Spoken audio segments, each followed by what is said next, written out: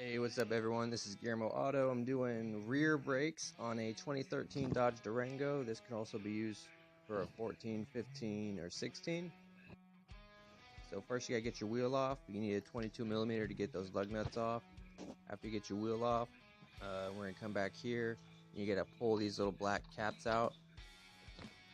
I'll show you. You can take like a flathead or your fingers and just pull them off, and save these for later. These are for I assume they're for like protecting it from weather so they don't rust out and stuff. So after you get these off, let's just put these aside. Next, to get the caliper bolts off, you're gonna need a 7mm hex socket like this, or a 7mm Allen wrench, and this goes in here. The top one I was able to use just a hex socket and my ratchet. The bottom one's pretty tight. I'll show you how I did it. But yeah, so you get them loose, and then make sure that this comes all the way out. You might have to push it out and get it separated from the caliper bracket. And then on the bottom, same thing. It was too tight. It was too close to the control arm to use my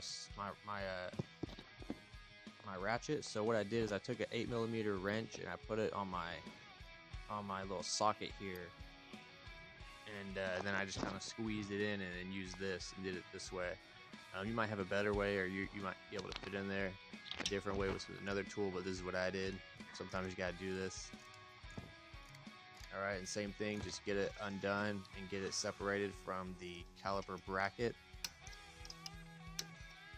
Sometimes they'll just come out, but I mean, I usually have to push them out. And that's so when we take it off, it'll come off. So then you got this spring in the front. This is how I take them off. I use like a little pry bar or a flathead, a strong flathead, and usually I don't pry out towards the rotor, it never comes off, but if you pry like towards the front of the vehicle, it usually comes off. Use a rag and catch it with a rag, you know, on your hand so it doesn't fly off and hit you in the face. Like I do it like this, I put it right here and just pull back. You might find a better way. I can't really show you because I have to hold the camera, I'm a one-man show, but anyways, it came off, and now I'm going to set this aside. And when we put it on, I'll show you a real easy way to put it on. So you should be able to slide this right off. I noticed the pad is in the caliper. That's how it's supposed to be. It sticks inside the little caliper piston. Set this aside so it'll be safe over there and won't fall. Don't let them hang your caliper. And put that over there for now. I put it right here. Here's a good spot. It's not going to fall off and hit me. So now if you're taking the rotor off, you're going to have to get an 18mm to take these caliper brackets off. If you're not messing with your rotor, you can just skip this part. But I got my 18mm. I'm going to go ahead and get these out. These are pretty tight because they have a little bit of Loctite on them. So expect a little bit more resistance than from your caliper bolts. Okay, so I got this off. I'm going to set this aside. Now the rotor, it won't come off because there's a little rubber O-ring here you got to get off. You could use a small flathead or a little pick like this to get it off. Try not to break it. You got to get under it right here.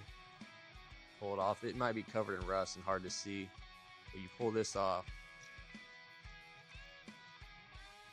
Alright. Alright, so I got my ring off. Sometimes you gotta put a lug nut on here and tap the back with a rubber mallet to get it off. Sometimes it gets pretty tight because the e-brake's back there too. So you can try that.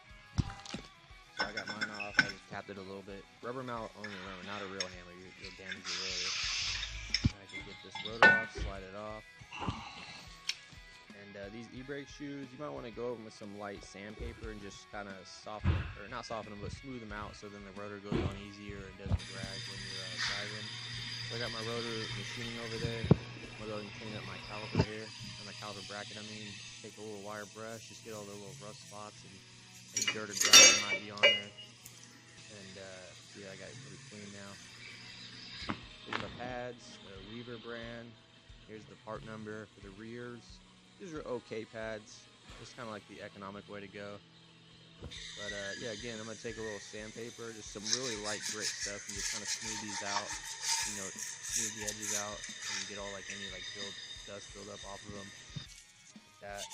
This is just so like the rotor won't kind of make noise on it, or like these won't get stuck on the rotor as much. Alright, so now I'll put my rotor back on. I got it machined.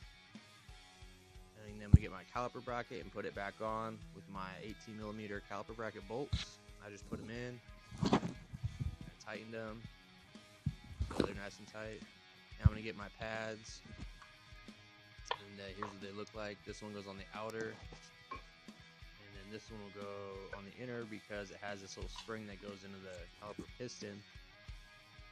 So I got to compress my piston. I got a little tool to do this. You can use like giant channel locks or some other method if you know. You just got to get that piston in there. And then this pad goes in this piston. The little springs go inside the hole of the piston. Like that. And I forgot to mention to put some lube on these spots right here on the ends and just like on that little boxy part where it's going to be sliding. Pretty much any moving part. And then this will go up here. There's a sensor on the bottom. Alright, so now I'm going to make sure my caliper bracket pins are pushed back enough, and then I could slide this over and then tighten these down. And tighten these down. And when you tighten these down, they don't got to be mega tight. They'll actually strip out if you go too tight, so just go gentle. Here's my clip. This is what I do. I put it on the top first, like this. And then I come over here and put the very bottom piece of it on, and then I'll use a flathead to push on that spot into the hole. It's kind of hard to do with one hand. I usually have to have two hands to do this, but like I said, I'm a one-man show. I'm just gonna show you. Yeah, so I got it in, and that's like the easiest way I know how to do it. Just put that one bottom hole in last. Alright, so put these on, put your ring back on, and if you break this, you know, as a professional I'd recommend you get a new one, but as like, you know, or average dude, I would just say get it next time. But yeah, that's it. Make sure all your bolts are tight, your wires aren't crossed. Please like, comment, subscribe.